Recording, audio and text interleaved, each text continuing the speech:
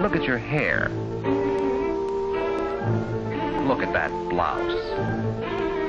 And the way that skirt hangs. And those socks.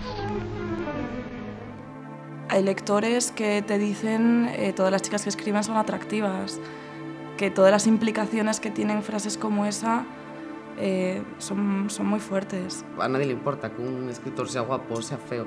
En cambio, en una mujer sí ya juzgamos mucho más eso.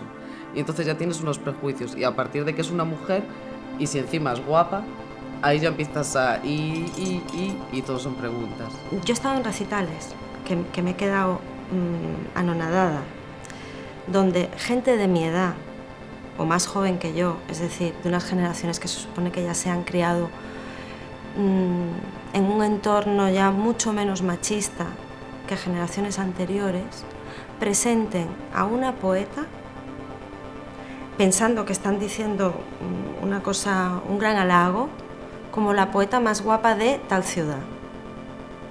Eso otro poeta, hombre de la misma edad. Creo que también una crítica mujer puede hacer una crítica machista de un libro sin ningún tipo de problema, si no tiene una conciencia clara de género, por decirlo así, o no está demasiado imbuida de según qué tipo de ideas. Que no creo que a un hombre que publicase un libro que se llama La cama, nadie le reprochase que utilizase una metáfora para hablar de otra cosa y lo llevase a otro terreno y no hablase de sus experiencias sexuales. No, estoy convencida de que nadie le diría que desaprovechó hablar de eso o que eso es lo que se esperaba que hiciese en ese momento.